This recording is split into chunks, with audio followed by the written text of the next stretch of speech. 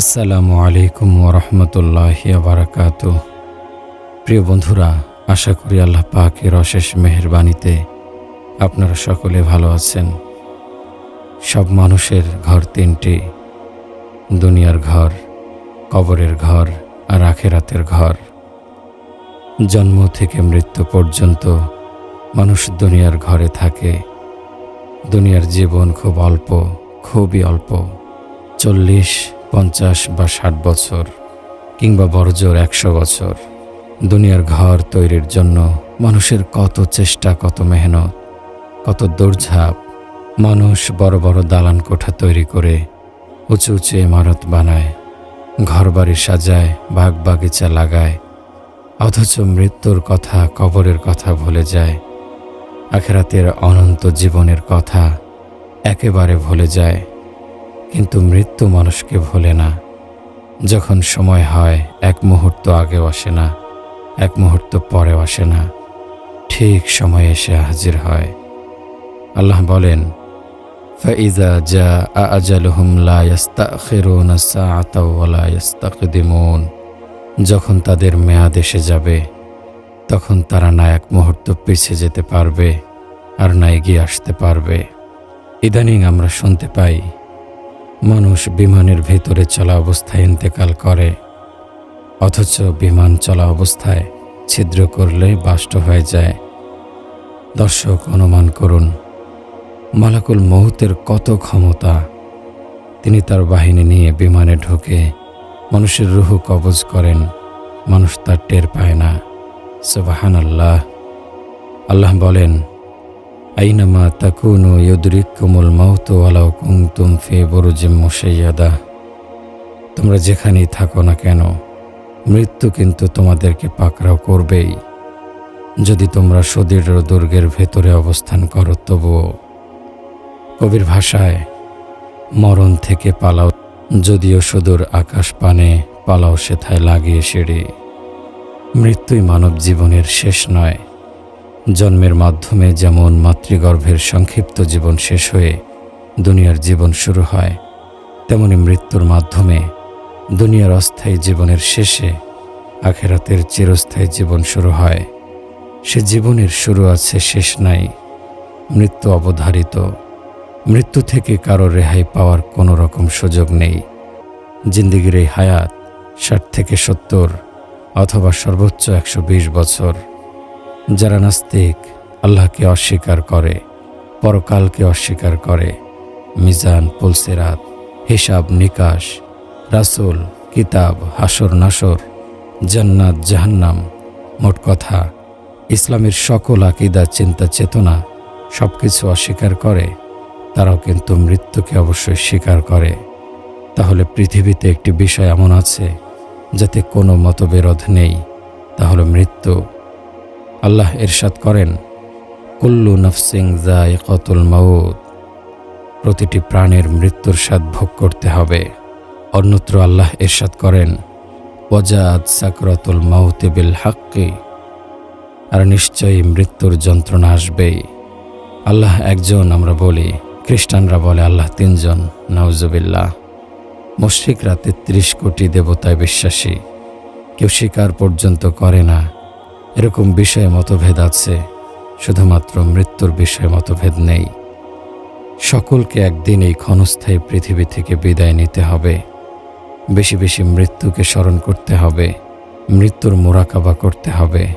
তাহলে আল্লাহর ভয় আমাদের অন্তরে পয়দা হবে এবং আমরা পাপাচার থেকে বাঁচতে পারব। এ মর্মে হাদিসে বর্ণিত হয়েছে, হযরত আবু হুরায়রা রাদিয়াল্লাহু তাআলা আনহু হতে বর্ণিত, তিনি বলেন, রাসূলুল্লাহ সাল্লাল্লাহু আলাইহি ওয়াসাল্লাম বলেছেন, তোমরা সকল স্বাদ বিনষ্টকারী মৃত্যুকে বেশি বেশি স্মরণ করো। মৃত্যুর সময়, কবরে এবং হাসরের দিন কাফের কামনা করবে, হায় যদি আমি মুসলমান হতাম।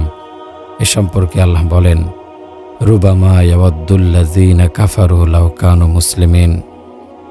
কোনো সময় কাফেররা আকাঙ্ক্ষা করবে যে কি চমৎকার হতো যদি তারা মুসলমান হতো। ইবনে জারির রহমতুল্লাহি আলাইহি ইবনে জুরাইজের রিওয়ায়াতে বর্ণনা করেন যে রাসূলুল্লাহ সাল্লাল্লাহু আলাইহি ওয়াসাল্লাম বলেছেন, মৃত্যুর সময় মুমিন ব্যক্তি রহমতের ফেরেশতা ও রহমতের আয়োজন দেখতে পায়। ফেরেশতা তাকে জিজ্ঞাসা করেন, তুমি কি পুনরায় দুনিয়াতে ফিরে যেতে চাও? মুমিন বলেন, আমি দুঃখ কষ্টের জগতে ফিরে গিয়ে কি করব? আমাকে এখন আল্লাহর কাছে নিয়ে যাও। কাফেরকে এ কথা জিজ্ঞেস করা হলে সে বলে, আমাকে দুনিয়াতে ফিরিয়ে নিয়ে যাও। এ সম্পর্কে আল্লাহ বলেন, হাত্তা ইযা জা আহাদুহুমুল মাউতু ক্বালা রাব্বিরজিউন লাআল্লি আ'মালু সালিহান ফিহা তারাকতু কাল্লা ইন্নাহা কালিমাতুন হুয়া ক্বাইলুহা ওয়া মিন ওয়ারাইহিম বারযাখুন ইলা ইয়াউমি ইউবআসুন। যখন তাদের কারো কাছে মৃত্যু আসে তখন সে বলে, হে আমার পালনকর্তা, আমাকে পুনরায় দুনিয়াতে প্রেরণ করুন, যাতে আমি সৎকর্ম করতে পারি যা আমি করিনি। কখনোই নয়, এ তো তার একটি কথা মাত্র। তাদের সামনে কবরের জগৎ আছে পুনরুত্থান দিবস পর্যন্ত, মৃত্যুর জায়গা নির্ধারিত। কোনো মানুষের জানা নেই 5টি বিষয়: 1. কিয়ামত কবে হবে? 2. কোথায় কতটুকু বৃষ্টি হবে? 3. মায়ের উদরের সন্তানের অবস্থা। 4. আগামীকাল একটা মানুষ কি খাবে, কি উপার্জন করবে? 5. কোন ভূমিতে সে মৃত্যুবরণ করবে? এ সম্পর্কে আল্লাহ বলেন, ইন্নাল্লাহা ইনদাহু ইলমুস সাআহ ওয়া ইউনাজ্জিলুল গায়সা ওয়া ইয়ালামু মা ফিল আরহামি ওয়া মা তাদরি নাফসুম মা তাকসিবু গাদা ওয়া মা তাদরি নাফসুম মাযা তাকসিবু গাদা ওয়া মা তাদরি নাফসুম বিআইয়ি আরদিন তামুতু ইন্নাল্লাহা আলিমুন খাবীর। নিশ্চয়ই আল্লাহর কাছেই কিয়ামতের জ্ঞান রয়েছে। তিনি বৃষ্টি বর্ষণ করেন এবং গর্ভাশয়ে যা থাকে তিনি তা জানেন। কেউ জানে না আগামীকাল সে কি উপার্জন করবে, এবং কেউ জানে না কোন দেশে সে মৃত্যুবরণ করবে। নিঃসন্দেহে আল্লাহ সর্বজ্ঞানী, সব বিষয়ে খবর রাখেন। মালাকুল মউত একদিন সুলাইমান আলাইহিস সালামের দরবারে আসলেন। সেখানে উপস্থিত এক সুশ্রী যুবকের দিকে কঠোর দৃষ্টিতে তাকালেন। যুবকটি ভয় পেয়ে গেল। মৃত্যু ফেরেশতা চলে যাওয়ার পর যুবক বলল, হে আল্লাহর রাসূল, আমার অনুরোধ, আপনার নির্দেশে বায়ু যেন আমাকে চীন দেশে পৌঁছে দেয়। যুবকটিকে কিছুক্ষণের মধ্যে বায়ু চীন দেশে পৌঁছে দিল। পুনরায় মৃত্যু ফেরেশতা সুলাইমান আলাইহিস সালামের দরবারে আসার পর যুবকটির প্রতি তীক্ষ্ণ দৃষ্টি করার কারণ জিজ্ঞাসা করলেন। তিনি বললেন, আমি ওই দিনই যুবকটির জান কবজের জন্য আদিষ্ট ছিলাম। তাকে আপনার দরবারে দেখে অবাক হই, তাই আমি তার প্রতি তীক্ষ্ণ দৃষ্টি করি। সে ভয় পেয়ে আপনাকে অনুরোধ করে চীন দেশে পৌঁছে দেওয়ার জন্য। আমি সেদিনই সেখানে তার জান কবজ করি। কাফের বেঈমানরা মৃত্যুকে ভয় পায়, মৃত্যুকে অপছন্দ করে। পক্ষান্তরে ঈমানদাররা আল্লাহর সাক্ষাতের জন্য সব সময় ব্যাকুল হয়ে থাকে, তাই তারা মৃত্যুকে মোটেও ভয় পায় না। আল্লাহ কাফিরদের মৃত্যু সম্পর্কে বলেন, কুল ইন্নাল মাউতাল্লাযী তাফিররুনা মিনহু ফাইন্নাহু মুলাকীকুম সুম্মা তুরাদ্দুনা ইলা আলিমিল গায়বি ওয়াশ শাহাদাতি ফায়ুনাব্বিউকুম বিমা কুনতুম তা'মালুন। বলুন, তোমরা যে মৃত্যু থেকে পলায়ন পর, সেই মৃত্যু অবশ্যই তোমাদের মুখোমুখি হবে। অতঃপর তোমরা অদৃশ্য ও দৃশ্যের জ্ঞানী আল্লাহর কাছে উপস্থিত হবে। তিনি তোমাদের জানিয়ে দেবেন সেসব কর্ম যা তোমরা করতে। আটার খামিরা থেকে চুল বের করলে যেমন কষ্ট হয় না, তেমনি অত্যন্ত সম্মানের সাথে মুমিনের জান কবজ করবেন মালাকুল মউত। তার সামনে থাকবে জান্নাত, দলে দলে ফেরেশতারা তাকে স্বাগত জানাতে থাকবে। জান্নাত সে স্বচক্ষে দেখতে পাবে। পক্ষান্তরে কাফেরের মৃত্যু হবে অত্যন্ত ভয়ানক, তীব্র যন্ত্রণাদায়ক। আল্লাহ বলেন, ওয়ালাউ তারা ইযিজ যালিমুনা ফি গামারাতিল মাউতি ওয়াল মালাইকাতু বাসিতু আইদিহিম আখরিজু আনফুসাকুমুল ইয়াওমা তুজজাউনা আযাবাল হুনি বিমা কুনতুম তাকুলুনা আলাল্লাহি গায়রাল হাক্কি ওয়া কুনতুম আন আয়াতিহি তাস্তাকবিরুন। যদি আপনি দেখেন, যখন জালেমরা মৃত্যু যন্ত্রণায় থাকে এবং ফেরেশতারা সে হস্ত প্রসারিত করে বলে, বের করো সে আত্মা, আজ তোমাদেরকে অবমাননার শাস্তি প্রদান করা হবে, কারণ তোমরা আল্লাহর উপর অসত্য বলতে এবং তার আয়াতসমূহের প্রতি অহংকার প্রদর্শন করতে। অনেক সময় আমরা কারো মৃত্যুতে বিভিন্ন মন্তব্য করি আমরা বলে থাকি অমুক হাসপাতালে নিলে রোগীকে বাঁচানো যেত, অন্য চিকিৎসায় রোগীকে বাঁচানো যেত, কিংবা বলে থাকি দ্রুত হাসপাতালে নিলে রোগীটা বেঁচে যেত। এসবই অন্যায় কথা। এগুলো বললে মারাত্মক গুনাহ হবে। আল্লাহ ইরশাদ করেন, ওমা কানা লিনাফসিন আন তামুতা ইল্লা বিইজনিল্লাহি কিতাবাম মুআজ্জালা। আল্লাহর হুকুম ছাড়া কেউ মরতে পারে না। মৃত্যু লিখিত, তার জন্য একটা সময় নির্ধারিত রয়েছে। ফেরাউন যখন জীবনের ব্যাপারে নিরাশ হয়ে গিয়েছে, তখন সে বলেছিল, আমানতু আন্নাহু লা ইলাহা ইল্লাল্লাযী আমানাত বিহি বানু ইসরাঈলা ওয়া আনা মিনাল মুসলিমিন। ঈমান এনেছি আমি ওই সত্তার প্রতি যিনি ছাড়া কোনো মাবুদ নেই, যার প্রতি ঈমান এনেছে বনি ইসরাইলরা। বস্তুত আমিও তারই আনুগতদের অন্তর্ভুক্ত। তার তাওবা আল্লাহর দরবারে গ্রহণযোগ্য হয়নি। জবাবে আল্লাহ বলেছেন, আল আনা ওয়া কদ আসাইতা ক্বাবলু ওয়া কুনতা মিনাল মুফসিদিন। এখন ঈমান আনছ, অথচ ইতিপূর্বে তুমি নাফরমানি করেছিলে এবং পথভ্রষ্টদেরই অন্তর্ভুক্ত ছিলে। মৃত্যু যন্ত্রণা শুরু হওয়ার পূর্বেই আমাদেরকে তওবা করতে হবে। মানে হলো সবসময় ইস্তিগফার পড়ে মৃত্যুর জন্য প্রস্তুত থাকতে হবে। অন্য এক আয়াতে আল্লাহ বলেন, ইন্নামাত তাওবাতু আলাল্লাহি লিল্লাযীনা ইয়ামালুনাস সুআ বিজাহালাতিন সুম্মা ইয়াতুবুনা মিন করিবিন ফাউলাইকা ইয়াতুবুল্লাহু আলাইহিম ওয়া কানাল্লাহু আলিমান হাকীমা। ওয়ালাইসাতিত তাওবাতু লিল্লাযীনা ইয়ামালুনাস সাইয়্যাতি হাত্তা ইযা হাদারা আহাদাহুমুল মাউতু ক্বালা ইন্নী তুবতুল আনা ওয়ালাল্লাযীনা ইয়ামুতুনা ওয়া হুম কুফফারুন উলাইকা আ'তাদনা লাহুম আযাবান আলীমা। অবশ্যই আল্লাহ তাদের তওবা কবুল করবেন, যারা ভুলবশত মন্দ কাজ করে অতঃপর অনতিবিলম্বে তওবা করে। এরাই হলো সেসব লোক যাদেরকে আল্লাহ ক্ষমা করে দেন। আল্লাহ মহাজ্ঞানী, রহস্যবিদ। আর এমন লোকদের জন্য কোনো ক্ষমা নেই যারা মন্দ কাজ করতেই থাকে। এমনকি যখন তাদের কারো কাছে মৃত্যু উপস্থিত হয়, তখন বলতে থাকে, আমি এখন তওবা করছি। আর তওবা নেই তাদের জন্য যারা কুফরি অবস্থায় মৃত্যুবরণ করে। আমি তাদের জন্য যন্ত্রণাদায়ক শাস্তি প্রস্তুত করে রেখেছি। ইয়াহইয়া বিন মাইন রহমতুল্লাহি আলাইহি হাদিসের দর্শ দিচ্ছিলেন। হাদিসটি ছিল হযরত মুআজ রাদিয়াল্লাহু আনহু হতে বর্ণিত। তিনি বলেন, রাসূলুল্লাহ সাল্লাল্লাহু আলাইহি ওয়াসাল্লাম বলেছেন, যার শেষ কথা হবে লা ইলাহা ইল্লাল্লাহ, সে জান্নাতে প্রবেশ করবে। ইয়াহইয়া বিন মাইন রহমতুল্লাহি আলাইহি অর্ধেক অংশ অর্থাৎ মান কানা আখিরা কালামুহু লা ইলাহা ইল্লাল্লাহ, যার শেষ কথা হবে লা ইলাহা ইল্লাল্লাহ, এতটুকু পড়েই দুনিয়া থেকে বিদায় নিলেন। আল্লামা শিবলি রহমতুল্লাহি আলাইহি হজের সময় বাইতুল্লাহ তাওয়াফ করছিলেন। তিনি এক যুবককে লক্ষ্য করছিলেন। যুবক প্রতিটি তাওয়াফে দরুদ পড়ছিল। তাওয়াফ শেষে আল্লামা শিবলি রহমতুল্লাহি আলাইহি জিজ্ঞাসা করলেন, যুবক, তাওয়াফে তো এই আয়াত পড়া সুন্নাত, রব্বানা আতিনা ফিদ দুনিয়া হাসানাতাও ওয়া ফিল আখিরাতি হাসানাতাও ওয়া কিনা আযাবান নার। অর্থ, হে আল্লাহ, তুমি দুনিয়ায় আমাদেরকে শান্তি দাও এবং আখিরাতেও শান্তি দাও, আর আমাদেরকে জাহান্নামের আযাব থেকে রক্ষা করো। কিন্তু তুমি তো দেখছি দরুদ পড়ছ, ঘটনা কি? যুবক উত্তর দিল, হজে আসার সময় আমার বাবা আমার সাথে ছিল। গভীর রজনীতে দামেস্কের পথে আমার বাবা ইন্তেকাল করেন। হঠাৎ করে দেখি তার চেহারা পশুর আকৃতি ধারণ করেছে এবং সমস্ত শরীর ও চেহারা কালো হয়ে গিয়েছে। এ অবস্থা দেখে আমি কান্না শুরু করলাম আর ভাবলাম, আমার বাবার জানাজা তো কেউ পড়বে না। একটু পরে নুরানি জ্যোতির্ময় চেহারার অধিকারী এক ব্যক্তি আসলেন। বাবার চেহারায় হাত বুলালেন। বাবার চেহারা পশুর আকৃতি থেকে মানুষের আকৃতিতে ফিরে আসলো। চেহারা অত্যন্ত নূরান্বিত হলো। তিনি পরিচয় দিলেন, আমি বিশ্বনবী, রওজা থেকে এসেছি। তোমার বাবা আমার প্রতি দৈনিক অসংখ্যবার দরুদ পড়ত।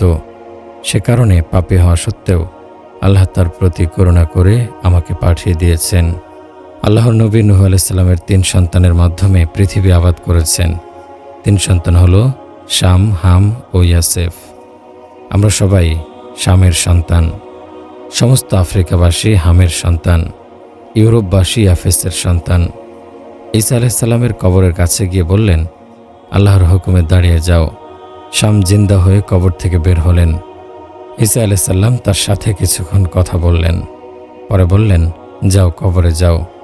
শাম বললেন, যাব এ শর্তের ওপর যে দ্বিতীয়বার যেন আমার মৃত্যুর কষ্ট না হয়, কেননা মৃত্যুর সময় আমার যে কষ্ট হয়েছিল তা আজও হাড্ডিতে বিদ্যমান। দেখুন কত বড় প্রমাণ, মৃত্যু আমাদের সবার কাছে আসবে, অথচ আমরা কত উদাসীন। এ মৃত্যুর জন্য কি আমরা প্রস্তুতি নিয়েছি? কবরের সম্বল আমাদের জোগাড় হয়েছে কি? বিলাল রাদিয়াল্লাহু আনহুর মৃত্যুর সময় তার স্ত্রী চিৎকার করে বলেছেন, ওয়াহজানা, হায় আমার স্বামীর কষ্ট। এ কথা শুনে বেলাল রাদিয়াল্লাহু আনহু বললেন, হায় কষ্ট বলো না, বরং বলো অফরহা, ওহ কি আনন্দ। অবশেষে বেলাল রাদিয়াল্লাহু আনহু এই কবিতাটি পড়ে দুনিয়া থেকে বিদায় নিলেন। অর্থ, আর কিছুক্ষণ পরে মৃত্যুর মাধ্যমে আমি মুহাম্মদ সাল্লাল্লাহু আলাইহি ওয়াসাল্লাম এবং তার সাথীদের সাথে মিলিত হব। তাবুক যুদ্ধে মুসলমানদের সংখ্যা ছিল 30,000। তাফসিরে রুহুল মাআনিতে বর্ণিত আছে, নবীজি সাল্লাল্লাহু আলাইহি ওয়াসাল্লাম সকাল 10টায় তাবুক প্রান্তে সাহাবীদেরকে নিয়ে বসে আছেন। হঠাৎ জিবরাইল আলাইহিস সালাম 30,000 ফেরেশতা সহ নবীজি সাল্লাল্লাহু আলাইহি ওয়াসাল্লামের সামনে হাজির। নবীজি সাল্লাল্লাহু আলাইহি ওয়াসাল্লাম জিজ্ঞাসা করলেন, এই সময় আপনি? হযরত জিবরাইল আলাইহিস সালাম জবাবে বললেন, আমি মদিনা থেকে আপনার সাহাবী মুআবিয়া ইবনে মুআবিয়া আল-লাইসি আল-আনসারীর লাশ নিয়ে এসেছি এবং জানাজা পড়ার জন্য 30,000 ফেরেশতার দল নিয়ে আল্লাহ আমাকে পাঠিয়েছেন, যাতে করে আপনি জানাজার নামাজ পড়াতে পারেন এবং আমরা সেই জানাজায় শরীক হতে পারি। নবীজি সাল্লাল্লাহু আলাইহি ওয়াসাল্লাম জিবরাইলকে প্রশ্ন করলেন, এই সাহাবী কি আমল করত? জিবরাইল উত্তর দিলেন, তিনি প্রতিদিন বেশি বেশি সূরা ইখলাস পাঠ করতেন। নবীজি সাল্লাল্লাহু আলাইহি ওয়াসাল্লাম সাহাবীদেরকে বললেন, তোমরা ওযু করে এসো, জানাজা হবে। জানাজার পর হযরত জিবরাইল আলাইহিস সালাম লাশ নিয়ে গেলেন মদিনায়। সেখানে তাকে দাফন করা হলো। আল্লাহ আমাদেরকেও বেশি বেশি সূরা ইখলাস পাঠ করার তৌফিক দান করুন, আমিন। ইমাম বেরি রহমতুল্লাহি আলাইহি জীবনে কখনো হাসেননি। মানুষ কারণ জিজ্ঞাসা করলে তিনি বলতেন, আমার ঠিকানা জান্নাত না জাহান্নামে সেটা আমি জানি না, কিভাবে আমি হাসি। মৃত্যুর সময় দেখা গেল তিনি হাসতে শুরু করে দিলেন। আল্লামা ইকবাল বলেন, মুমিনের মৃত্যুর আলামত হলো মৃত্যুর সময় সে মুচকি মুচকি হাসবে। বোঝা গেল তিনি মৃত্যুর সময় জান্নাতের সুসংবাদ পেয়েছেন। আল্লাহ বলেন, ইন্নাল্লাযীনা ক্বালু রাব্বুনাল্লাহু সুম্মা ইসতাকামু তাতানাজ্জালু আলাইহিমুল মালাঈকাতু আল্লা তাখাফু ওয়া লা তাহজানু ওয়া আবশিরু বিল জান্নাতিল্লাতী কুনতুম তুআদুন নাহনু আউলিয়াউকুম ফিল হায়াতিদ দুনিয়া ওয়া ফিল আখিরাতি ওয়া লাকুম ফিহা মা তাশতাহি আনফুসুকুম ওয়া লাকুম ফিহা মা তাদদাউন নুজুলাম মিন গফুরির রহিম। নিশ্চয়ই যারা বলে আমাদের পালনকর্তা আল্লাহ, অতঃপর তাতে অবিচল থাকে, তাদের কাছে ফেরেশতা অবতীর্ণ হয় এবং বলে, তোমরা ভয় করো না, চিন্তা করো না এবং তোমাদের প্রতিশ্রুত জান্নাতের সুসংবাদ শোনো। ইহকালে ও পরকালে আমরা তোমাদের বন্ধু, সেখানে তোমাদের জন্য আছে যা তোমরা দাবি করো। এটা ক্ষমাশীল করুণাময়ের পক্ষ থেকে সাদর আপ্যায়ন। আল্লামা ইবনুল ফারেশ রহমতুল্লাহি আলাইহির মৃত্যুর সময় তার সামনে 8টি জান্নাতকে পেশ করা হয়েছে। তিনি চেহারা অন্যদিকে ফিরিয়ে নিলেন এবং চেহারা কালো করে ফেললেন আর বললেন, যতক্ষণ না আল্লাহকে না দেখব ততক্ষণ আমি চেহারা ফেরাবো না। আমি সারা জীবন আল্লাহর জন্য ইবাদত করেছি, সুতরাং তাকে দেখতে চাই, জান্নাত দেখতে চাই না। তখন আল্লাহর নুরানিয়াত তার সামনে প্রকাশ পেল। এবার তিনি চেহারা ফেরালেন এবং হাসতে লাগলেন এবং এই অবস্থায় তিনি ইন্তেকাল করলেন। তিনি মৃত্যুর সময় কবিতা পড়েছেন, যদি আমার ইবাদতের বিনিময় হয় শুধু জান্নাত, তাহলে তো আমি আমার জীবনকে ধ্বংস করে ফেলেছি। হযরত ওমর রাদিয়াল্লাহু আনহুর দাফনের পর কেউ স্বপ্নে দেখেন যে মুনকার নাকির ফেরেশতা এসে তাকে যখন তোমার রবকে প্রশ্ন করলেন, জবাবে তিনি উল্টো তাদেরকে প্রশ্ন করলেন, তোমাদের দুজনের রবকে? তখন একজন ফেরেশতা আরেকজনের দিকে তাকিয়ে বললেন, এই মাইয়াত সম্ভবত ওমর ছাড়া আর কেউ না। অতঃপর তারা জবাব না নিয়েই চলে গেলেন। আব্দুল কুদ্দুস গাঙ্গুহি রহমতুল্লাহি আলাইহি মৃত্যুবরণ করলেন। তার দাফন কাজ সম্পন্ন হলো। তার এক ছাত্র স্বপ্নে দেখেন আল্লাহ তাকে মাফ করে দিয়েছেন এবং তার কবরটা জান্নাতের বাগান হয়ে গিয়েছে। জিজ্ঞেস করলেন, হুজুর, কোন আমলের বিনিময়ে আল্লাহ আপনাকে ক্ষমা করে দিয়েছেন? তিনি উত্তর দিলেন, আমি একবার লেখালেখির কাজ করছিলাম। তখন একটি মাছি পিপাসার্ত অবস্থায় আমার বাঁশের কলমের কালি পান করছিল। মাছিটির প্রতি আমার অত্যন্ত দয়া হলো। আমি লেখা বন্ধ করলাম। মাছিটি পেট ভরে কলমের পাতলা কালি পান করে চলে গেল। আমি মোটেও বাধা দেইনি এবং মাছিটি তাড়িয়ে দেইনি। জীবের প্রতি এই দয়ার কারণে আল্লাহ আমাকে মাফ করে দিয়েছেন। মাহমুদুল হাসান দেওবন্দি রহমতুল্লাহি আলাইহি সারাদিন ক্লাসের পর বাসায় খাবার খেতে বসেছেন। মনটা সেদিন অনেক খারাপ ছিল। রুটিতে অনেক লবণ বেশি হয়েছিল। তিনি স্ত্রীকে কিছুই বলেননি, পানি দিয়ে ভিজিয়ে খেয়েছেন। তার মৃত্যুর পর তার ছাত্র স্বপ্নে দেখেন আল্লাহ তাকে লবণের দোষ না ধরার কারণে ক্ষমা করে দিয়েছেন। হযরত আবু হুরায়রা রাদিয়াল্লাহু আনহু হতে বর্ণিত, তিনি বলেন, রাসূলুল্লাহ সাল্লাল্লাহু আলাইহি ওয়াসাল্লাম বলেছেন, যখন মানুষ মারা যায় তখন তার সকল আমলের সওয়াব বন্ধ হয়ে যায়, কিন্তু তিনটি বিষয় এমন রয়েছে যার সওয়াব মৃত্যুর পরও জারি থাকে। 1. সদগায়ে জারিয়া। 2. ওই এলেম যা দ্বারা মানুষ উপকৃত হতে থাকে। 3. নেক সন্তান যে তার জন্য মৃত্যুর পর দোয়া করতে থাকে। আল্লাহর কত অনুগ্রহ, অনুকম্পা, মেহেরবানি ও দয়া যে মানুষ চাইলে মৃত্যুর পরেও যখন তার আমল করার সময় শেষ হয়ে যাবে, আমল করার কোনো ক্ষমতা থাকবে না, তখনও কবরের সুখে ঘুমাতে থাকবে আর তার নেক আমল বৃদ্ধি পেতে থাকবে। আল্লাহ এরও ব্যবস্থা করেছেন। রাসূলুল্লাহ সাল্লাল্লাহু আলাইহি ওয়াসাল্লাম 3টি বিষয় উক্ত হাদিসে উল্লেখ করেছেন। প্রথমত, সদগায়ে জারিয়ার কথা বলেছেন। সদগায়ে জারিয়া হলো মসজিদ নির্মাণ করা, রাস্তাঘাট, পুল নির্মাণ করা, মুসাফিরখানা বানানো, কোনো গাছ লাগানো ইত্যাদি সেবামূলক কাজ করা। এটা জরুরি নয় যে একা এসব কাজ করবে, বরং এসব কাজে যদি কেউ শরিক থাকে তিনি অংশ অনুপাতে সওয়াব পেতে থাকবেন। দ্বিতীয়ত, এমন এলেম যার মাধ্যমে মানুষ উপকৃত হয়, যেমন কোরআন হাদিসের বই, অন্যান্য ইসলামী বই ওয়াকফ করা, কাউকে আলেম বানানো, আলেম হওয়ার ক্ষেত্রে সহযোগিতা করা, কাউকে কোরআন শেখানো। তৃতীয়ত, নেক সন্তান যে পিতামাতার মৃত্যুর পর তাদের জন্য দোয়া করতে থাকে, সন্তানকে নেককার বানানো। রওজ নামক কিতাবে একজন নেককার নারীর ঘটনা বর্ণিত আছে। সেই নারীর নাম ছিল বাহিয়া।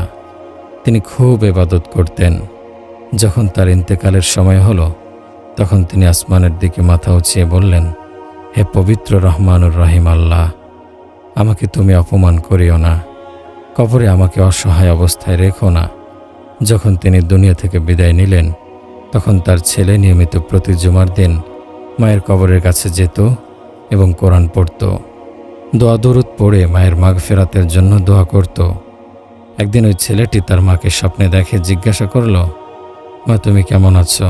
মা উত্তর দিল, মৃত্যুর কষ্ট বড় কঠিন, কিন্তু আমি আল্লাহর রহমতে কবরে বড় আরামে আছি। আমার নিচে রায়হান ফুল বিছিয়ে দেয়া হয়েছে, রেশমের পোশাক পরিয়ে দেয়া হয়েছে, কিয়ামত পর্যন্ত আমার সাথেই ব্যবহার করা হবে। ছেলে বলল, মা, আমি তোমার জন্য আর কি করতে পারি? মা বলল, তুমি প্রতি জুমার দিন আমার জন্য কোরআন পড়ে দোয়া করো, এটাই আমার জন্য যথেষ্ট। যখন তুমি আসো তখন সমস্ত কবরবাসী আনন্দিত হয়ে সুসংবাদ দেওয়ার জন্য আমার নিকট আসে এবং বলে, তোমার ছেলে এসে গেছে, তোমার আগমনে সবাই আনন্দিত হয়। ওই ছেলে বর্ণনা করেন, এরপর আরেক রাত্রে আমি স্বপ্নে দেখলাম নারী পুরুষের বিরাট এক দল আমার নিকট হাজির হয়েছে। আমি জিজ্ঞাসা করলাম, কেন এসেছেন? তারা বলল, আমরা অমুক কবরস্থানের লোক, তোমাকে কৃতজ্ঞতা জানাতে এসেছি। তুমি যে প্রতি জুমায় আমাদের কবরস্থানে আসো, তাতে আমরা সবাই আনন্দিত। ছেলেটি এরপর থেকে আরও গুরুত্বের সাথে এই কাজ করল। তাফসিরে রুহুল মাআনিতে আছে যে ঈসা আলাইহিস সালাম এক কবরস্থানের পাশ দিয়ে যাচ্ছিলেন। তিনি এক ব্যক্তির কবরে আযাব দেখতে পেলেন। কিছুদিন পর আবার ওই কবরের পাশ দিয়ে যাওয়ার সময় দেখলেন ওই কবরটি জান্নাতের বাগানে পরিণত হয়েছে। আল্লাহর কাছে এর কারণ জানতে চাইলেন। জবাবে আল্লাহ বললেন, তার বিবির গর্ভে সে একটি ছেলে সন্তান রেখে এসেছিল। সন্তান বড় হওয়ার পর তার স্ত্রী মাদ্রাসায় ভর্তি করে দিয়েছে। সন্তান মুখস্থ করেছে, যার অর্থ শুরু করছি আমি ওই আল্লাহর নামে, যিনি পরম করুণাময়, চিরদয়ালু। সন্তানের বিসমিল্লাহ মুখস্থ করার পরও যদি আমি আল্লাহ তার বাবাকে মাফ করে না দেই, তাহলে তো আমার রহমানুর রহিম নামের সম্মান থাকলো না। তাই আমি আল্লাহ তার ছেলের রহমানুর রহিম নামের পাঠের ওসিলায় তার কবরটাকে জান্নাতের বাগান বানিয়ে দিয়েছি। রওজ নামক কিতাবে আরও একটি ঘটনা উল্লেখ আছে।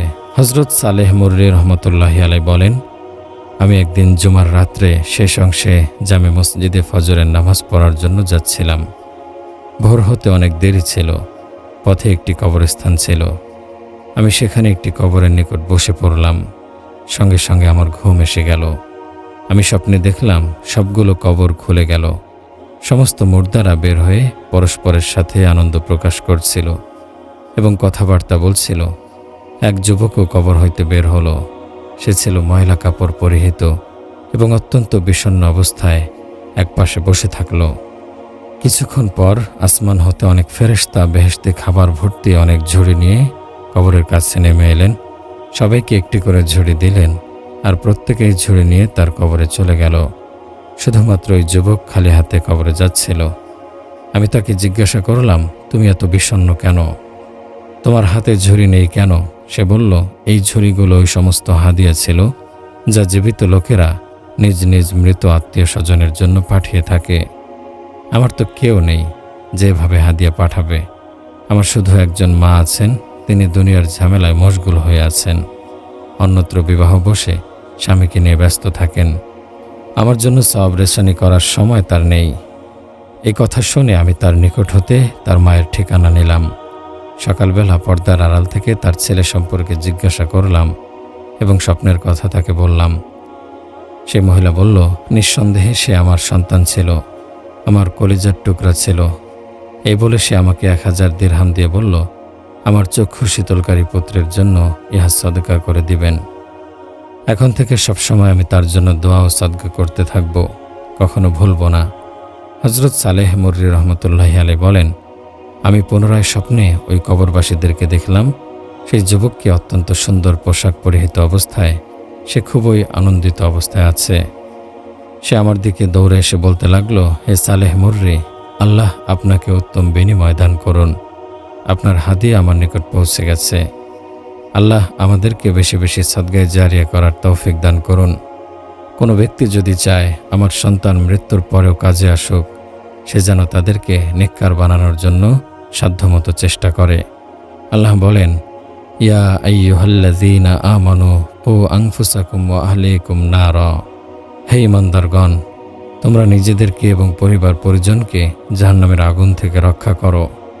হযরত আলী রাদিয়াল্লাহু আনহু হতে উক্ত আয়াতের তাফসিরে বর্ণিত আছে, তোমরা নিজেদের পরিবার পরিজনকে ভালো বিষয় শিক্ষা দিতে থাকো এবং সতর্ক করতে থাকো।